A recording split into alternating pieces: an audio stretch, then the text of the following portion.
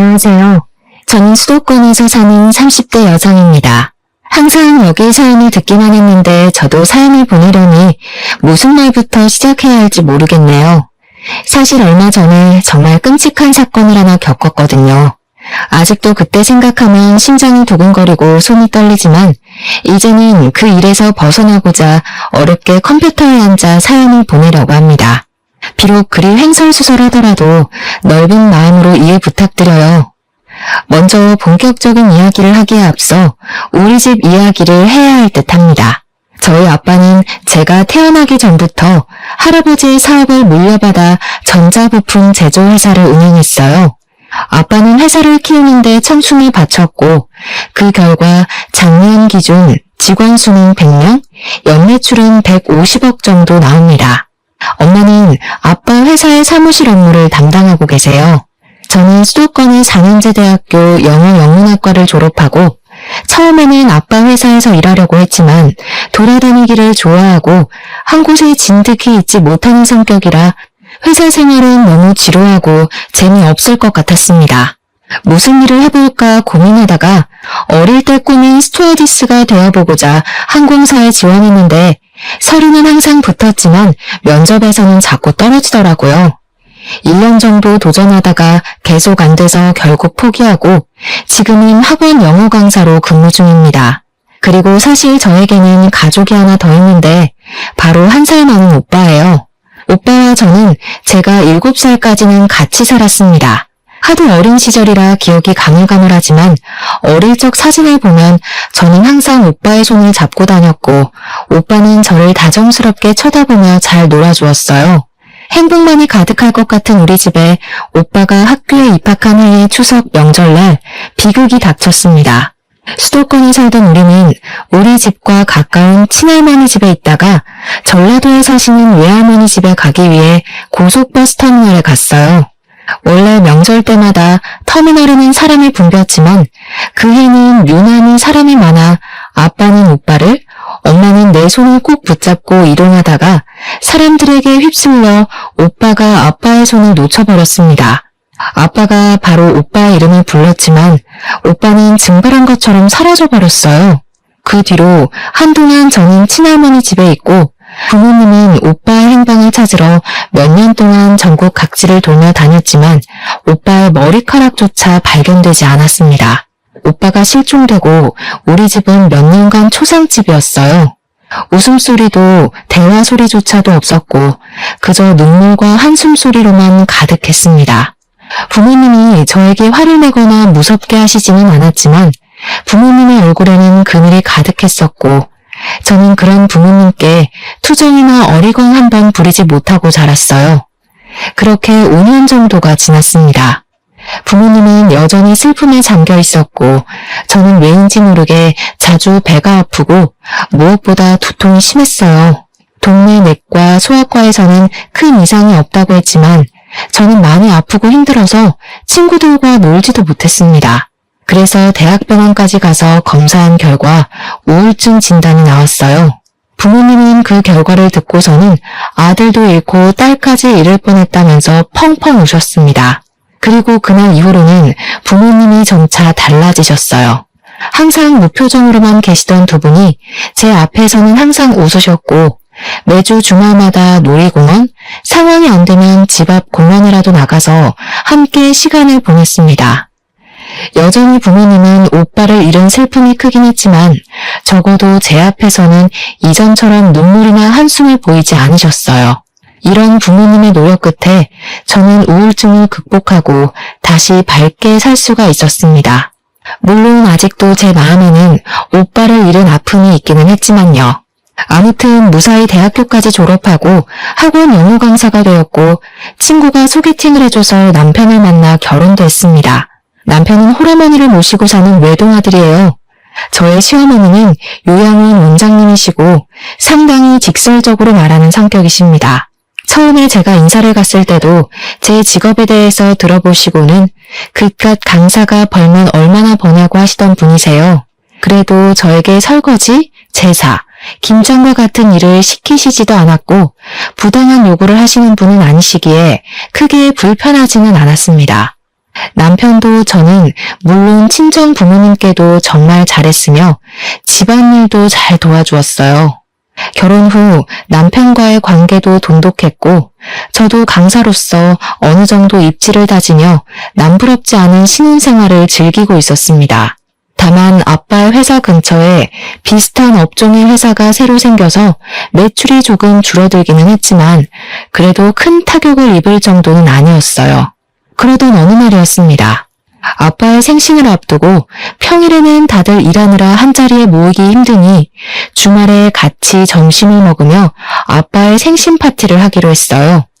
그런데 미리 약속했던 날 아빠와 친한 거래처 사장님의 딸이 결혼식을 하는데 제 결혼식 때도 오셨던 사장님이시라 안 갈 수가 없다고 하셔서 어쩔 수 없이 점심 약속을 저녁으로 미뤘습니다. 아빠는 결혼식을 다녀오고 저녁에 가족끼리 만났는데 아빠가 큰 고민이 있어 보이셨어요. 저는 걱정이 돼서 결혼식장에서 무슨 일 있었냐고 물었더니 아빠가 하는 말이 결혼식장에서 오빠와 닮은 사람을 만난 것 같다고 하시는 게 아니겠어요? 저와 엄마는 깜짝 놀라 무슨 소리냐고 한번 자세히 좀 말해달라고 했습니다. 결혼식장에서 진혁이와 아주 똑같이 생긴 사람을 봤어. 대충 겉으로 봤을 때는 지금 진혁이의 나이인 30대 초반에서 중반 정도 되어 보이고 내 젊을 때랑 아주 똑같이 생겼었어. 오늘 나와 같이 간 회사 사장님이 그 젊은 친구가 나랑 너무 닮아서 그런데 혹시 아는 사이냐고 물어볼 정도였다니까. 그럼 한번 가서 나이와 이름을 물어보지 그러셨어요.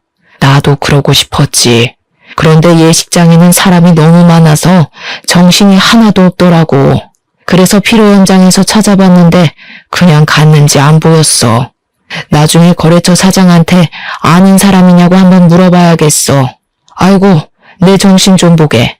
오늘 내 생일 축하해주려고 왔는데 김서방 앞에서 이런 이야기나 하고 말이야. 내가 미안하네. 아닙니다, 장인어른. 생신날 잃어버린 아들을 찾게 된다면 더할 나위 없이 좋은 최고의 선물이지요. 정말 그분이 우리 다은이의 친오빠였으면 좋겠어요. 그럼 저도 형님이 생기고 너무 좋을 것 같아요. 아빠는 남편의 말에 정말 그랬으면 좋겠다고 하며 이해해줘서 고맙다고 말씀하셨습니다. 그리고 아빠의 생신은 월요일이 되었어요. 저는 점심시간쯤에 아빠에게 생신 축하드린다고 전화를 드렸습니다. 그런데 아빠의 목소리가 떨리고 좋지 않았어요. 무슨 일이 있나 싶어 어디 편찮으시냐고 물었더니 아빠가 지금 너무 놀랄 일이 있어서 그런다고 하며 이따가 퇴근길에 밤늦게라도 잠시 집에 오라고 하셨습니다.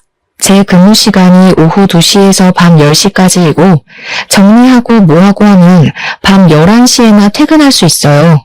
그래서 밤 11시에 집에 가도 괜찮냐고 했더니 상관없다고 하시며 오늘 꼭 잠깐만 집에 들러달라고 하시고는 전화를 끊으셨습니다.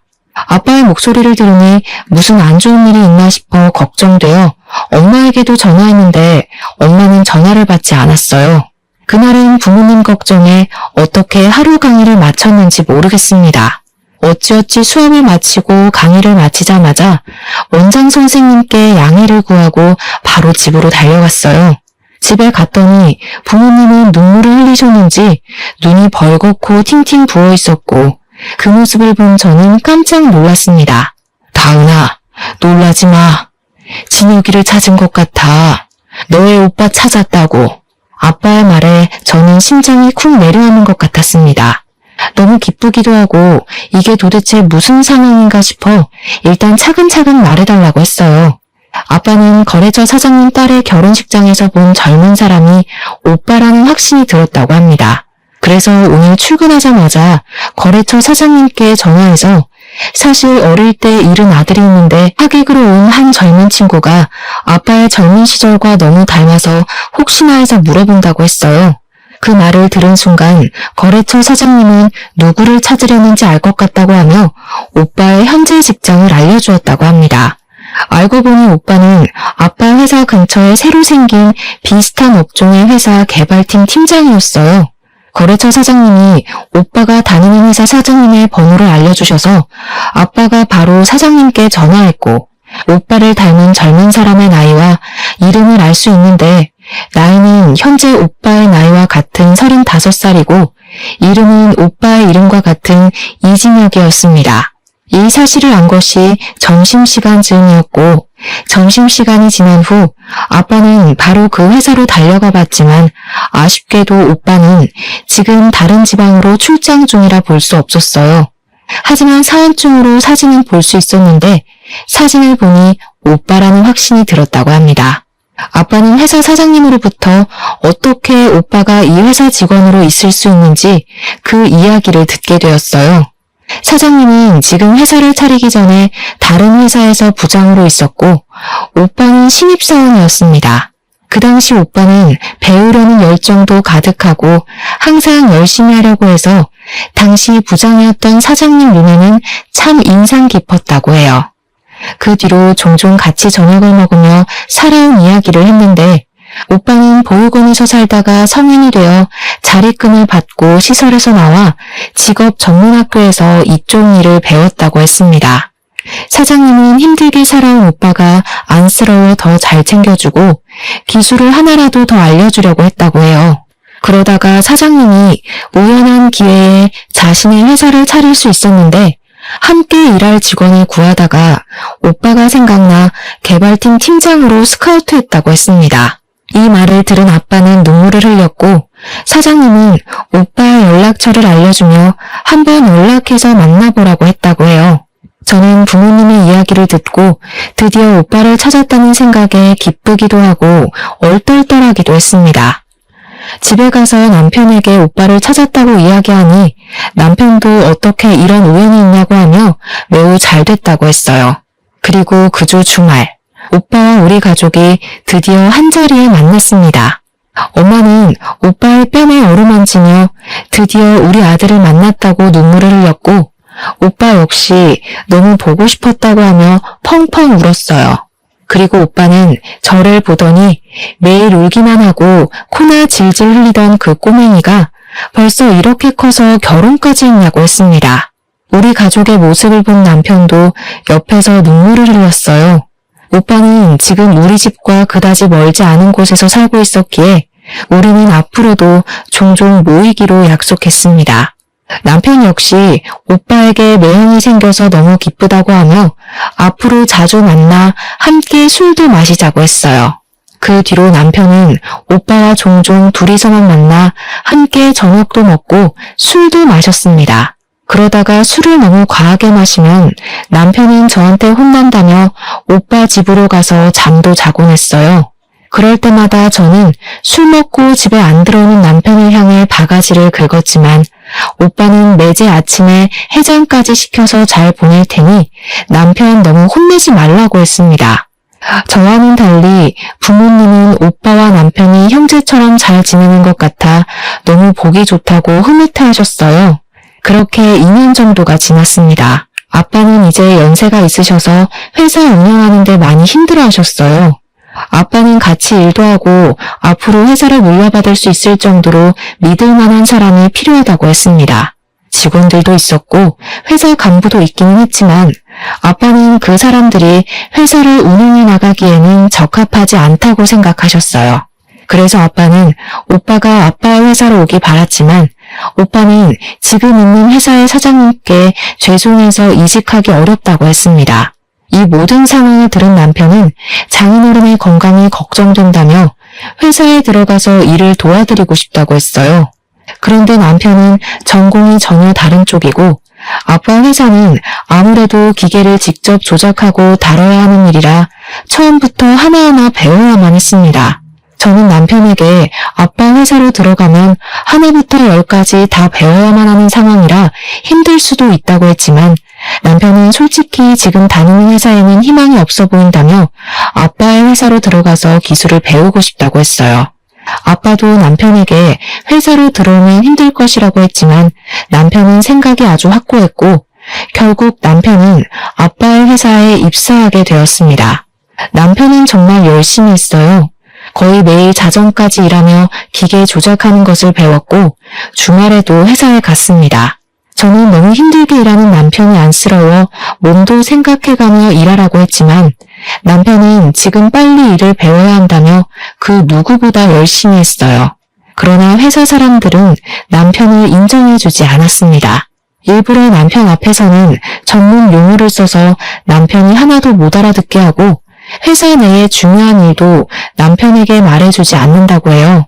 남편은 그 사람들에게 인정받으려면 빨리 일을 배워야 한다고 하며 이 악물고 정말 열심히 일했습니다. 아빠도 그런 남편의 모습을 아주 좋게 보셨고 아직은 남편이 회사에서 일을 맡아서 할 정도는 아니지만 조금 더 있으면 회사에 큰 도움이 될 수 있을 것 같다며 칭찬을 하셨어요. 그러다가 명절이 왔습니다. 원래 시댁이 우리 집에서 1시간 거리라서 한 달에 한 번꼴로 시댁에 갔었는데 남편이 아빠 회사로 들어가고 나서는 거의 넉 달 만에 시댁에 간 상황이었어요. 시어머니는 오랜만에 본 남편을 보며 한숨을 푹 쉬셨습니다. 우리 준석이 얼굴이 아주 반쪽이 됐네. 예, 우리 준석이가 너네 아빠 회사에서 일하는데 무슨 일반 사람들처럼 그렇게 일을 시키니? 아무래도 아빠 회사는 기술이 필요한 회사라 아직은 배우느라 그래요. 다들 이쪽 업계에서 10년, 20년은 되신 분들인데 이분들과 함께 일하려면 아무래도 남편도 열심히 해야죠. 그래서 저와 남편이 힘들 수 있다고 남편을 말렸는데 남편이 굳이 아빠 회사에 들어갔네요. 어머, 얘 좀 보게. 얘, 아무리 그래도 준석이가 사장님의 사위인데 그냥 한 자리 하나 주면 안 되니? 누가 들으면 무슨 너네 아빠 회사가 대기업인 줄 알겠다. 그래봤자 동네 구멍가게 수준인 가게인데 뭘 그리 따지고 드니? 그냥 빨리 딸인 네가 너네 아빠한테 우리 아들한테 부장이나 차장 같은 자리 하나 주라고 말해봐. 그래야 빨리 우리 아들도 사장도 하고 하지 않겠어? 너도 기왕이면 사장 와이프면 좋잖아. 우리 아들 그래도 수도권에 4년제 대학도 나오고 이전 회사에서 그래도 인정받으면서 살던 애인데 너무 고생해서 안쓰럽다. 어머니, 지금 어찌어찌해서 남편이 관리직에 앉았다고 해도 기술에 대해서 전혀 모른다면 분명히 사람들에게 무시당할 거예요. 그런 것 때문에 아빠도 남편에게 쉽게 관리직 자리를 못 주시는 거고요. 참, 네가 융통성 없는 게 네 아빠 닮아서 그런가 보다.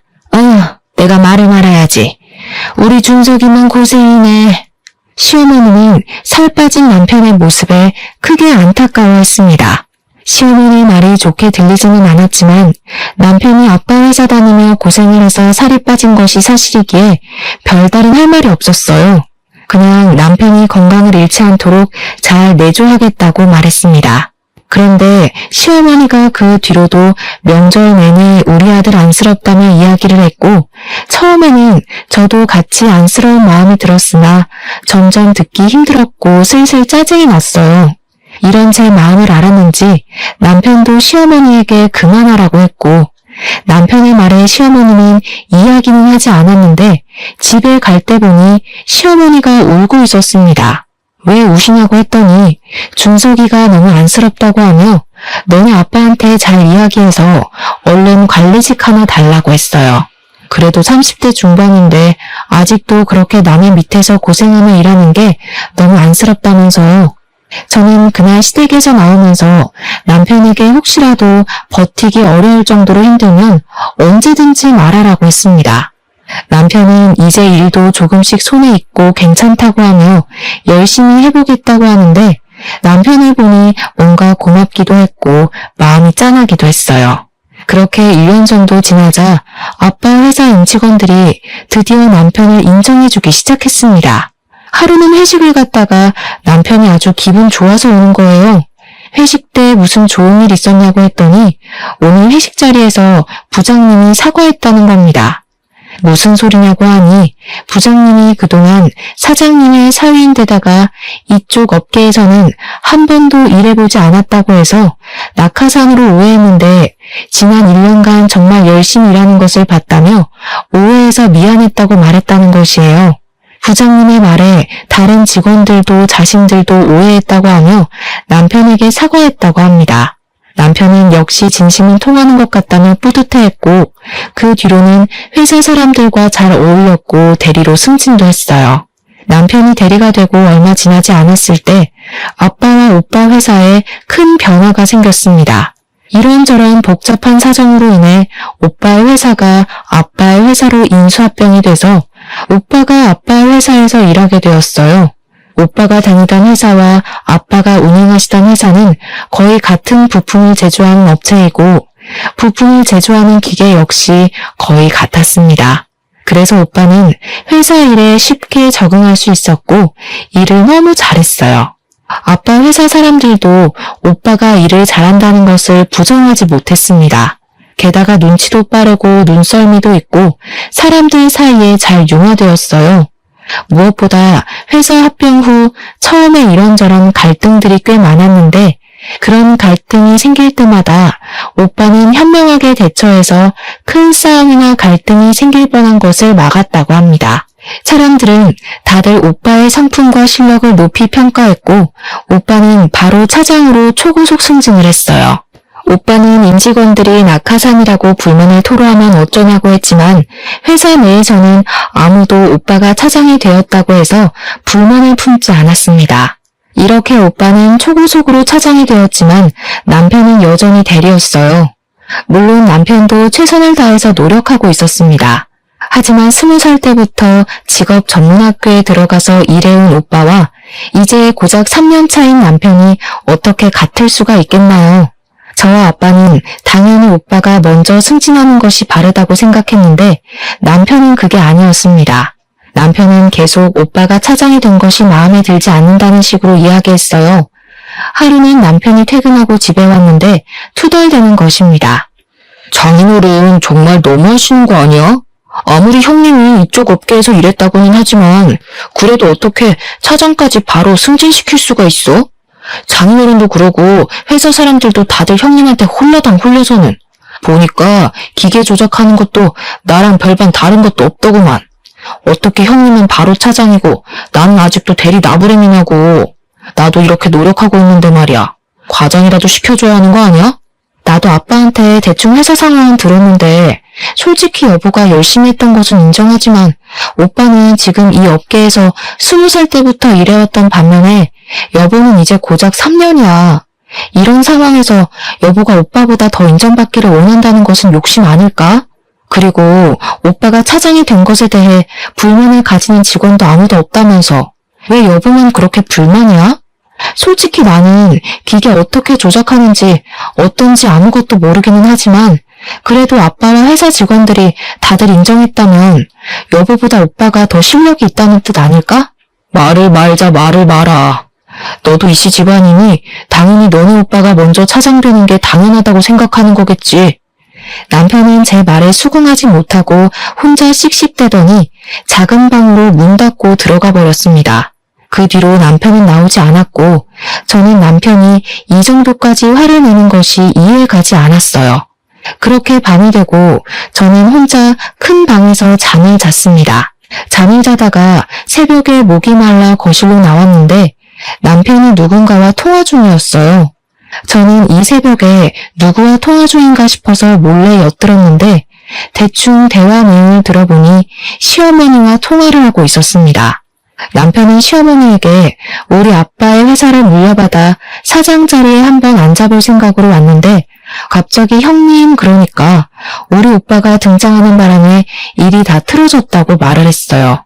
그러면서 우리 오빠가 나타나지만 않았어도 자신이 승승장구해서 사장까지 됐을 텐데 이렇게 찬밥 신세가 된 것이 억울하다며 오빠가 콱 죽었으면 좋겠다고까지 말했습니다. 시어머니는 남편의 말에 화가 잔뜩 난 듯했고 우리 아빠에 대해 좋지 않은 이야기까지 하는 듯했어요. 이 이야기를 들은 저는 너무 충격이었습니다. 남편이 갑자기 아빠의 회사에서 일한다길래 저는 정말 아빠를 돕고 싶어서인 줄로만 알았는데 사장 자리까지 생각한 줄은 몰랐어요. 게다가 오빠 때문에 자신이 사장을 못할 것 같은 상황이 되자 오빠가 죽었으면 좋겠다고까지 말하는 것이 충격이다 못해 섬뜩했습니다. 저는 방문을 열려다가 남편의 목소리가 너무 격양되어 있어서 일단 못 들은 척하고 다시 조용히 큰 방으로 갔어요. 저는 이 상황을 어찌해야 할지 몰라 밤새 고민을 하다가 남편이 출근한 후 바로 아빠에게 전화했습니다. 아빠는 안 그래도 저에게 할 말이 있어서 전화하려고 했다고 했어요. 사실은 말이다. 김서방이 요새 회사 내의 소문이 정말 안 좋아. 자신이 사장님의 사위라서 회사를 물려받을 것이라고 하며 회사 사람들에게 갑질하고 회사 사람들을 무시하고 다닌다더구나. 게다가 새로 들어온 사무실 여직원이 있으면 자신이 이 회사 사장이 될 것이라고 하며 따로 만나서 밥 먹고 술 먹고 하나 봐. 요새 김서방 집에는 일찍 들어오니? 아니요, 거의 매일 일해야 하느라고 늦게까지 일했어요. 여전히 밤 11시나 돼야 집에 와요. 근데 매일 회사 사람들과 밥을 먹으면서 반주한다고는 했어요. 그래서 저는 일하고 밥을 먹으면서 간단히 한잔하고 오는 줄 알았어요. 야근은 무슨, 매일 칼퇴근하고 있어. 아마 사무실 여직원이랑 같이 밥 먹는 것 같아. 어찌됐건 나는 김서방에게 회사 경영을 절대 맡기지 않을 것이고 회사 관리직으로 앉힐 생각도 없어. 아무리 가족이라고 해도 가족과 회사는 엄연히 다른 거야. 네가 서운해하지 않았으면 좋겠구나. 사실 저도 아빠에게 드릴 말씀이 있어요.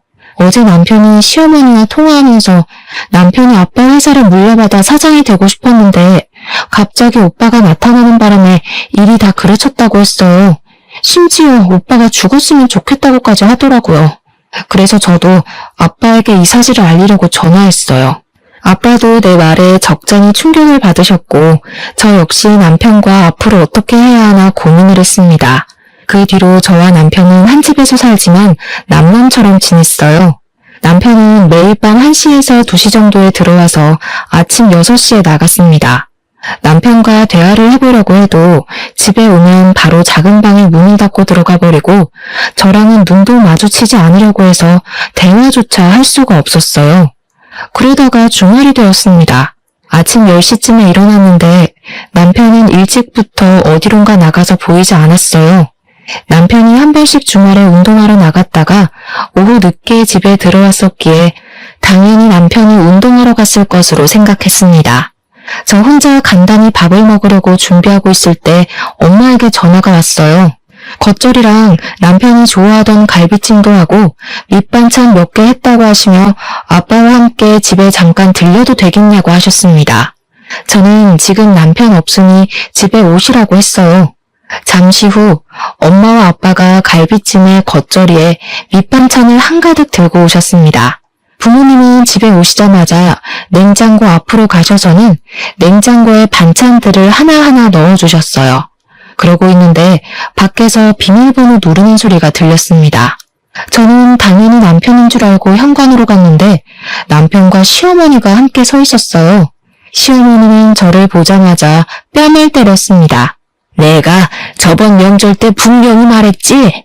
너네 아빠한테 말해서 얼른 관리직이라도 한 자리 달라고 말이야. 아니 지금 너네 아빠 회사에 다닌 지 몇 년이 됐는데 아직도 대리 나부랭이가 뭐니? 너네 오빠가 뭔가 하는 사람은 들어온 지 한 달 만에 차장 달았던데. 솔직히 너네 아빠 너무한 거 아니냐? 아빠도 다 생각이 있으셔서 그렇게 하시는 거죠. 아무리 그래도 그렇지 이렇게 막무가내로 오셔서 갑자기 제 뺨을 때리시는 건 너무하신 거 아니에요? 뭐가 너무해? 나 지금 너 머리채도 잡고 싶은 거 간신히 참고 있다. 아니 도대체 그깟 구멍가게에서 왜 그리 관리직 자리를 안 줘? 지금 당장도 우리 아들 사장 자리에 앉혀놓으면 잘할 텐데 왜 우리 아들을 못 믿고 그렇게 노예처럼 부려먹냐고. 그리고 네 오빠라는 사람은 솔직히 몇십 년 만에 만났으면 남남 아니야? 네 오빠라는 사람한테는 한 달 만에 차장 자리 주고 3년 가까이 일한 우리 아들은 아직도 대리이고 이게 말이 된다고 생각해? 손을 놓쳐서 사라졌으면 평생 죽은 듯이 살았어야지. 왜 갑자기 나타나서는 우리 아들 앞길을 방해하고 난리야?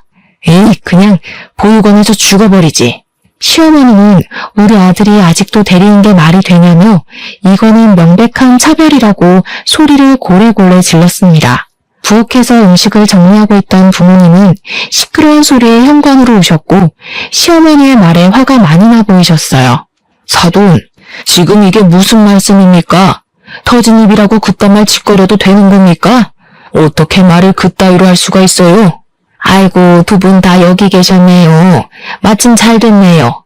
우리 어디 한번 솔직히 까놓고 하나하나 따져봅시다. 아니 도대체 준석이가 뭐가 그리 부족합니까? 네?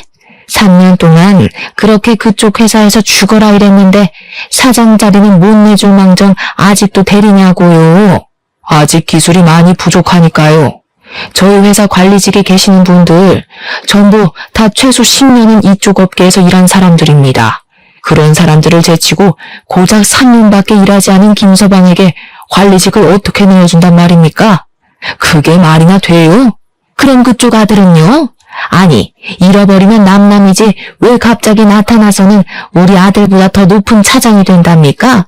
이게 바로 낙하산이지 뭐예요? 우리 아들은 20살부터 이미 이쪽 업계에서 일해왔어요. 우리 회사에서 일하지는 않았지만 이미 동종업계에서 인정받고 있었다고요. 그래서 회사 사람들의 인정을 받고 차장 자리까지 갈 수 있었던 거예요.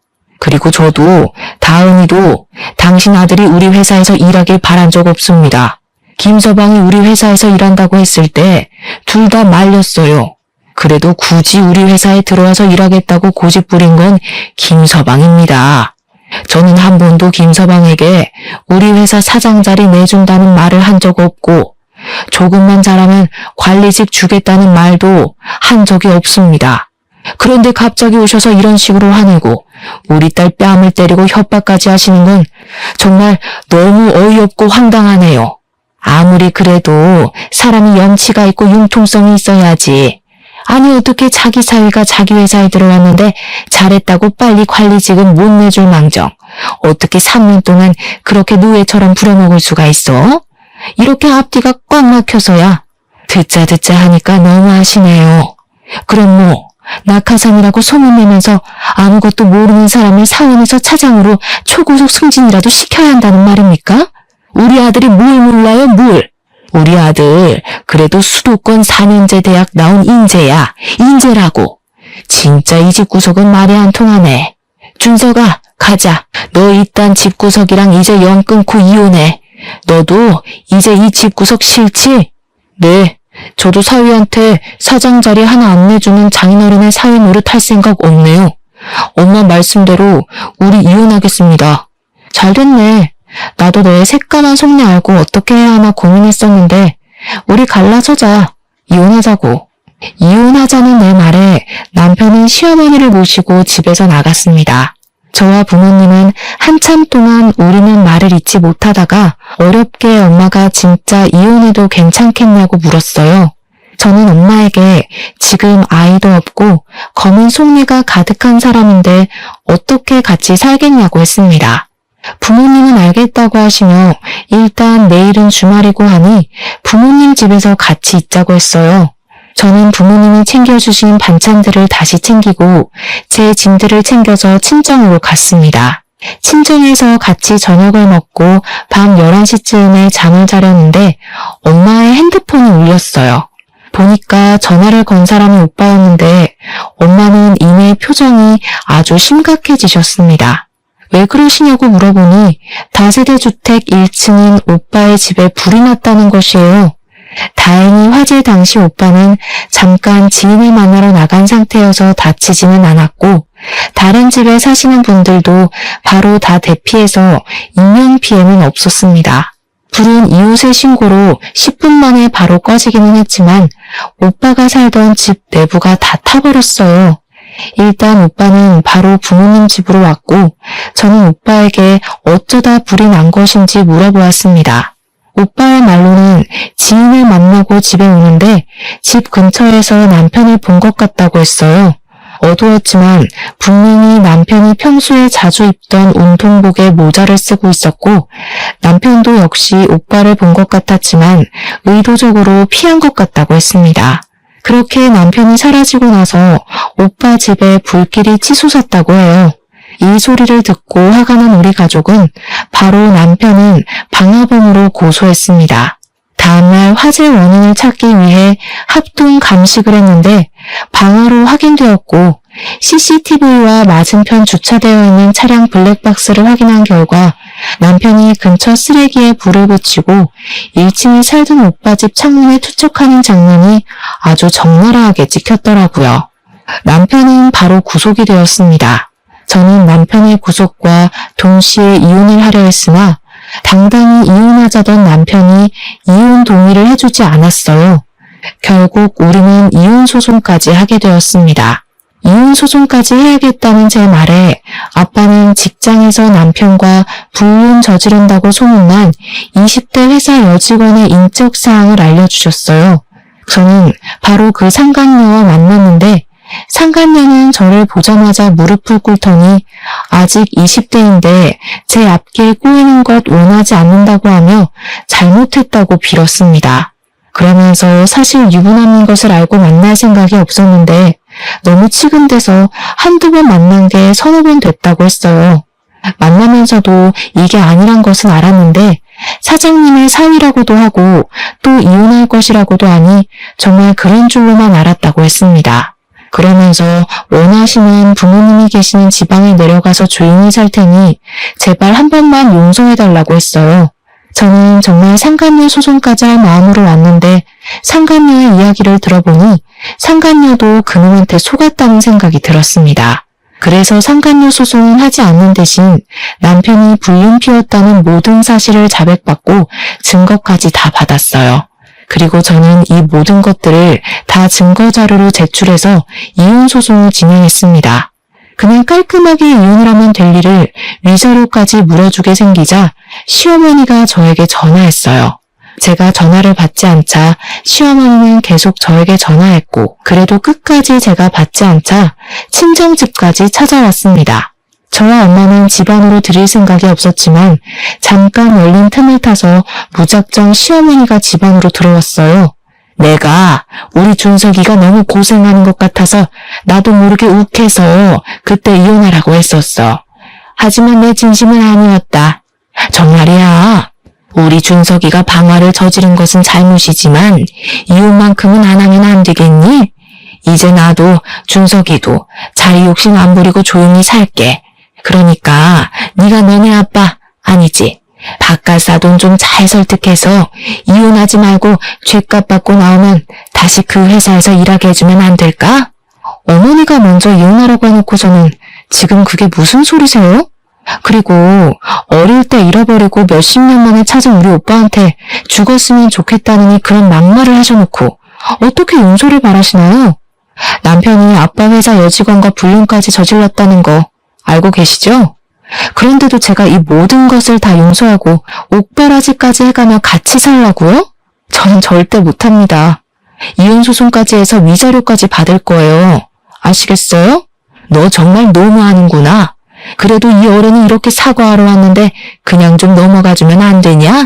정말 융통성은 일도 없는 집구석이라니까. 뭘 잘했다고 사과를 받아줘요? 당신 때문에 어렵게 찾은 우리 아들이 죽을 뻔했는데 당신 같으면 용서가 되겠어요? 참나, 우리는 법대로 할 테니까 그만 여기서 설치고 나가요. 꼴도 보기 싫으니까. 난 안 나가. 당신들이 이혼소송 취하해줄 때까지 안 나간다고. 시어머니는 정말 우리 집에서 안 나갈 기세로 대자로 누워 시위했습니다.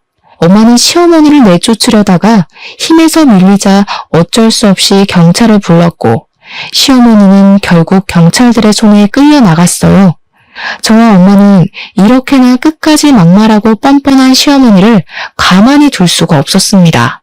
생각해보니까 옛날에 시어머니 요양원에 몇 번 갔다가 얼핏 봤는데 주방 직원분들이 위생모나 앞치마를 착용 안 하고 주방 상태도 엉망이었던 것이 생각났어요. 그래서 식품위생법 위반으로 시어머니의 요양원을 신고해버렸고 그 결과 영업정지 2개월 처분을 받았습니다. 안전모 앞치마 미착용은 당연하고 썩은 과일들을 값싸게 떼어와서 면역력이 취약한 노인들에게 급식으로 먹였던 것이 다 탄로났어요.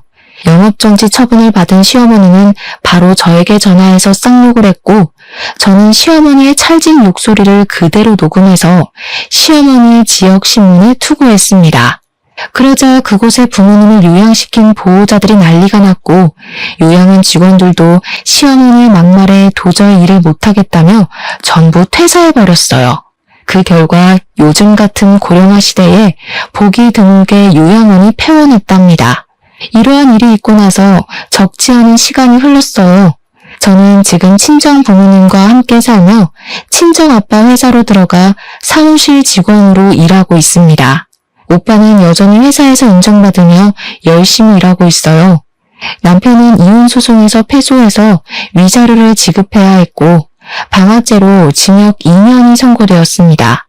그리고 요양원이 폐원되는 바람에 당장 돈벌이도 잃고 아들의 옷바라지까지 해야 할 처지가 된 시어머니는 살던 집도 팔아버리고 허름한 원룸 하나 구해서 겨우 살고 있다고 해요. 이렇게 자리 욕심에 눈이 멀었던 전 남편과 전 시어머니는 해서는 안 될 잘못을 저질러 지금 죗값을 톡톡히 받고 있습니다. 아직도 저와 부모님은 오빠의 집에 불이 난 그날을 생각하면 두 손이 벌벌 떨리고 심장이 쿵 내려앉아요. 그때 오빠가 밖에 있어서 다행이었지 만약에 집안에 있었다면 어렵게 찾은 오빠를 다시 영원히 못 볼 뻔한 것이잖아요. 부모님이 몇십 년 만에 오빠를 찾고 나서 기쁨의 눈물을 흘린 것을 옆에서 봤음에도 이런 일을 벌인 전 남편을 저는 평생 원망하고 증오하며 살 것 같습니다. 부디 저와 제 가족이 겪는 불행은 이것으로 마무리되었으면 좋겠어요. 실종, 방화라는 엄청난 사건을 겪었으니 이제는 우리 가족에게 꽃길만 펼쳐지길 바라며 저의 사연을 마칩니다. 감사합니다.